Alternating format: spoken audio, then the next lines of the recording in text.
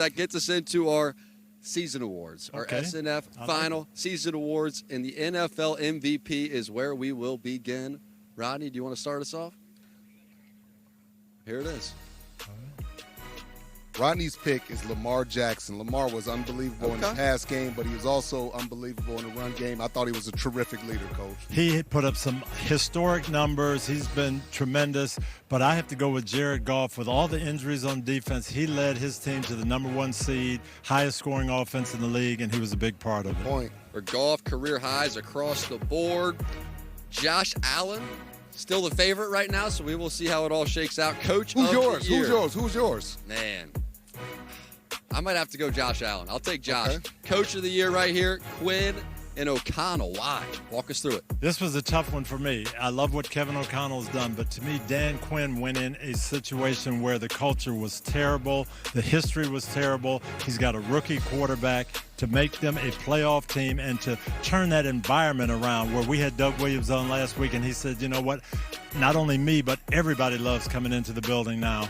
I have to give Dan a lot of credit. Yeah, Kevin O'Connell's my former teammate. He's been really good since he's come into the league, and just an easy guy to talk to. I think he's done an excellent job with Sam Darnold, and he's done a really good job with his team. Yep. Took Sam Darnold from a backup to a Pro Bowler. Let's move it along. What's up next? The comeback player of the year. Speaking of, from backup to Pro Bowler, from backup to Pro Bowler, and fantastic year. And J.J. McCarthy got hurt. No one expected this team to do anything. They've got 14 wins, and he put up some big-time numbers, too. He struggled tonight, Coach, but this playoff game is going to be huge for him, and if he wants to get paid. This is neck and neck. This one right now is neck and neck. Joe Burrow and Sam Darnold are literally identical on some of these odds, and after tonight, who knows? Joe Burrow could slip into that top spot. The offensive player of the year, let's see who you guys went with. Coach, lead us off. Why did you go with Lamar?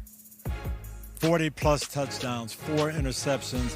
And the one thing I look at, too, is Lamar, he's got Derrick Henry back here. He'll hand the ball off to Derrick Henry, and the defense won't even chase one of the best running backs in football because they're scared Lamar might do that. All eyes are on him. He's made that team better, and he's put some big numbers up. For me, Saquon, he wasn't the most valuable player, but he was the best player on the planet. Just the things that he did on the football field, the way he came in and really transformed that offense, and the way he affected Jalen Hurts and A.J. Brown and those guys in the passing game. I mean, what can you say?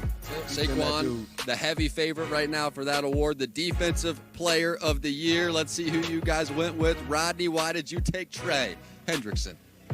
Think about it. He has no one on the other side. He's getting double teamed, triple teamed. He's getting chipped. He's getting bumped. And he still managed to lead the league in sacks. And his effort is always there. He plays both the run and the pass. What more can you say? I almost went with Trey. I went with Myles Garrett. I hadn't even seen the PFF stats, but what I knew is this team has not been ahead very much all year.